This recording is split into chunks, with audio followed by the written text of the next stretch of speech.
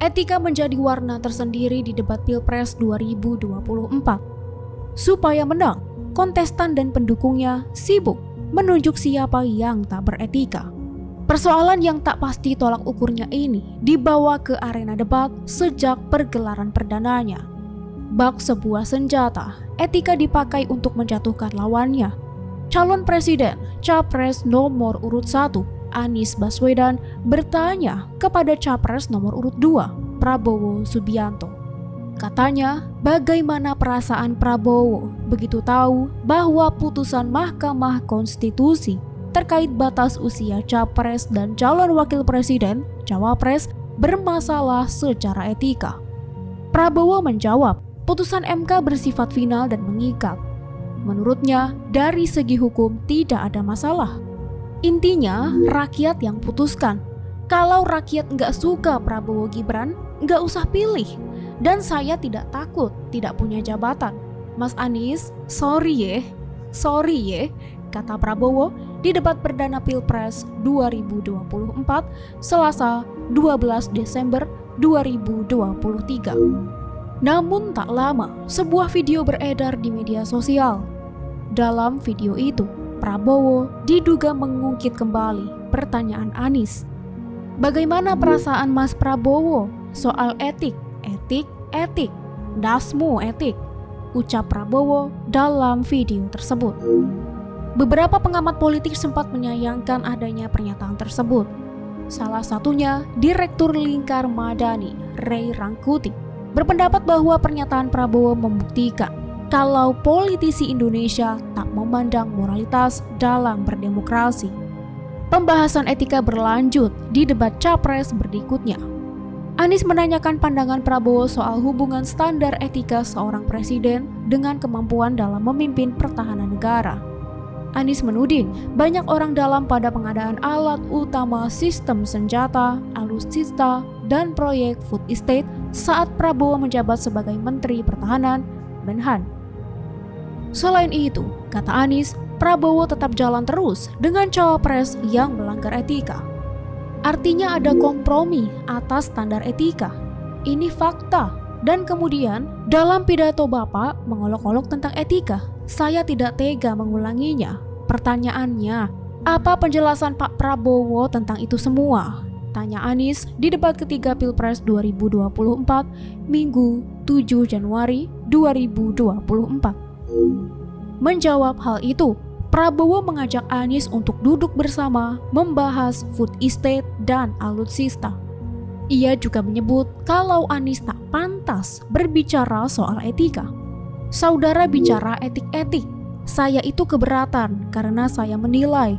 Maaf ya, karena Anda desak saya terus terang saja. Saya menilai Anda tidak pantas bicara soal etika. Itu saja. Saya merasa bahwa Anda itu posturing, menyesatkan. Itu saja, balas Prabowo. Perdebatan soal etika makin intens usai perhelatan debat keempat.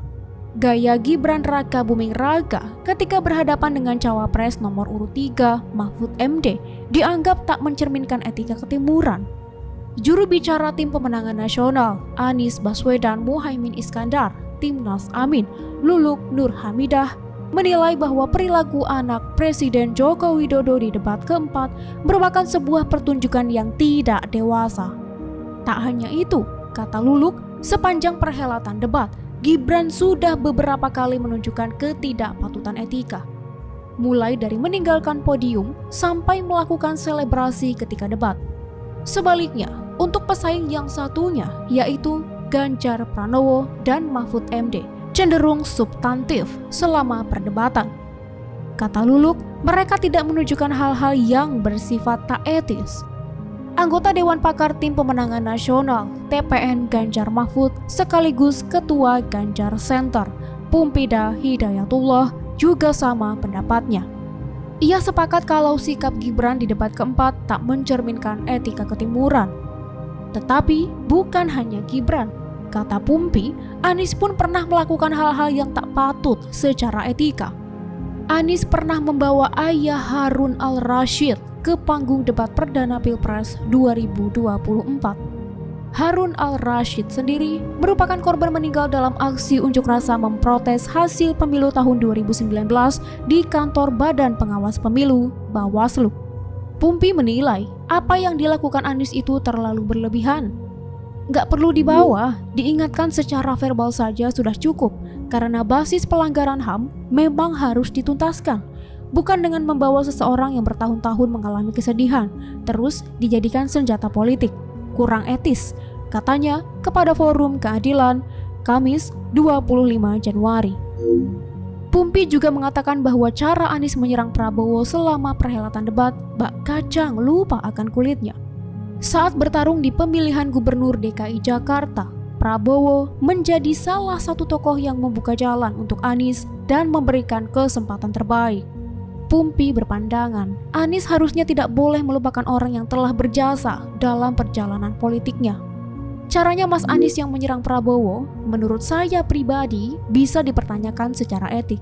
Suka atau tidak, Prabowo lebih senior dari Anies. Kedua, Prabowo juga orang yang membukakan jalan untuk Anies saat Pilgub DKI Jakarta. Kesempatan itu tidak gampang secara politis. Anies tidak boleh melupakan itu, ungkapnya. Dewan Pakar Tim Kemenangan Nasional TKN Prabowo Gibran, Ferry Latuhihin, beda lagi pendapatnya. Ia heran sebenarnya apa tolak ukur untuk menyebut Gibran tak beretika. Sekarang, etika yang menurut mereka itu yang bagaimana? Itu juga tidak jelas, katanya kepada Forum Keadilan Rabu 24 Januari. Menurutnya, debat Pilpres punya level tata krama berbeda. Semua setara dalam debat Pilpres, jadi menggunakan gimmick sebagai bumbu debat sah-sah saja. Ferry mengaku gaya debat yang dibawakan Gibran itu murni spontanitasnya. Tidak ada campur tangan TKN Prabowo Gibran untuk mengarahkan atau memberi masukan. Merujuk ke daerah asalnya, menurut Ferry, publik sudah paham betul cara Gibran bersopan santun dengan baik. Untuk itu ia menganggap lucu kalau Gibran disebut tak beretika. Seharusnya kalau Gibran dianggap tak beretika, kandidat lain juga begitu. Bisa dikatakan seperti itu, tetapi kita tidak pernah memperkarakan masalah etika. Bahkan Prabowo dibully juga tidak ada gembar-gembor kan?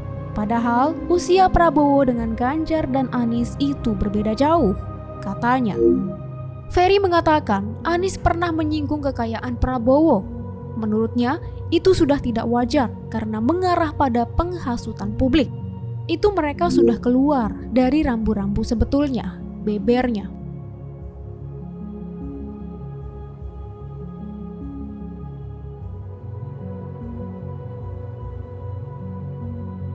Dosen filsafat dari Universitas Islam Negeri UIN Syarif Hidayatullah Jakarta, Humaydi, mengartikan etika sebagai standar atau penilaian baik dan buruk terhadap pernyataan, sikap, tindakan, dan perbuatan seseorang yang menyangkut orang lain.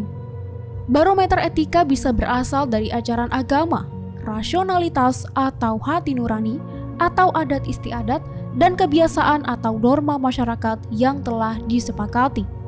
Humaydi menjelaskan, etika bisa berbeda antara satu wilayah dengan wilayah lainnya. Di Indonesia misalnya, terdapat satu standar etika, seperti anak muda harus menghormati yang lebih tua. Menurutnya, standar etika berlaku bagi siapa saja, termasuk dalam politik. Di politik, mereka yang memegang jabatan publik seperti presiden dan kepala daerah diajarkan untuk berlaku baik, tidak korupsi, dan tidak menggunakan segala cara untuk menggapai kursi kekuasaan. Ajakan dan standar tersebut adalah baik. Jadi, jika tidak mengindahkan sistem nilai itu disebut kurang baik, kurang beretika. Politik akan kotor jika tidak sesuai dengan standar nilai tersebut. Jadi, yang kotor adalah tindakan yang tidak sesuai dengan sistem dan nilai-nilai etika, tuturnya. Namun kata Humaydi, saling tudir-nir etika yang ada selama perjalanan debat Pilpres 2024 hanyalah bentuk sentimen politik. Klaim etis atau tidak bukan berangkat dari argumen yang logis. Di debat Pilpres, penyelenggara pemilu tak membatasi kandidat dalam bagaimana menyampaikan visi misi, sikap, dan tindakan. Namun, ada aturan khusus yang ditetapkan selama berjalannya debat. Jadi, hal tersebut bisa jadi takaran etika. Jika sudah ditetapkan dan tetap dilanggar, maka itu melanggar etika.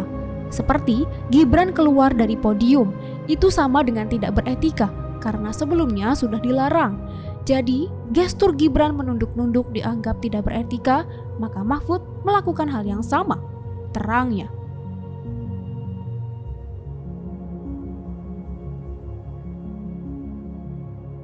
Seperti apa yang disebut Humaydi, penyelenggara pemilu sendiri tak mengatur secara khusus persoalan etika.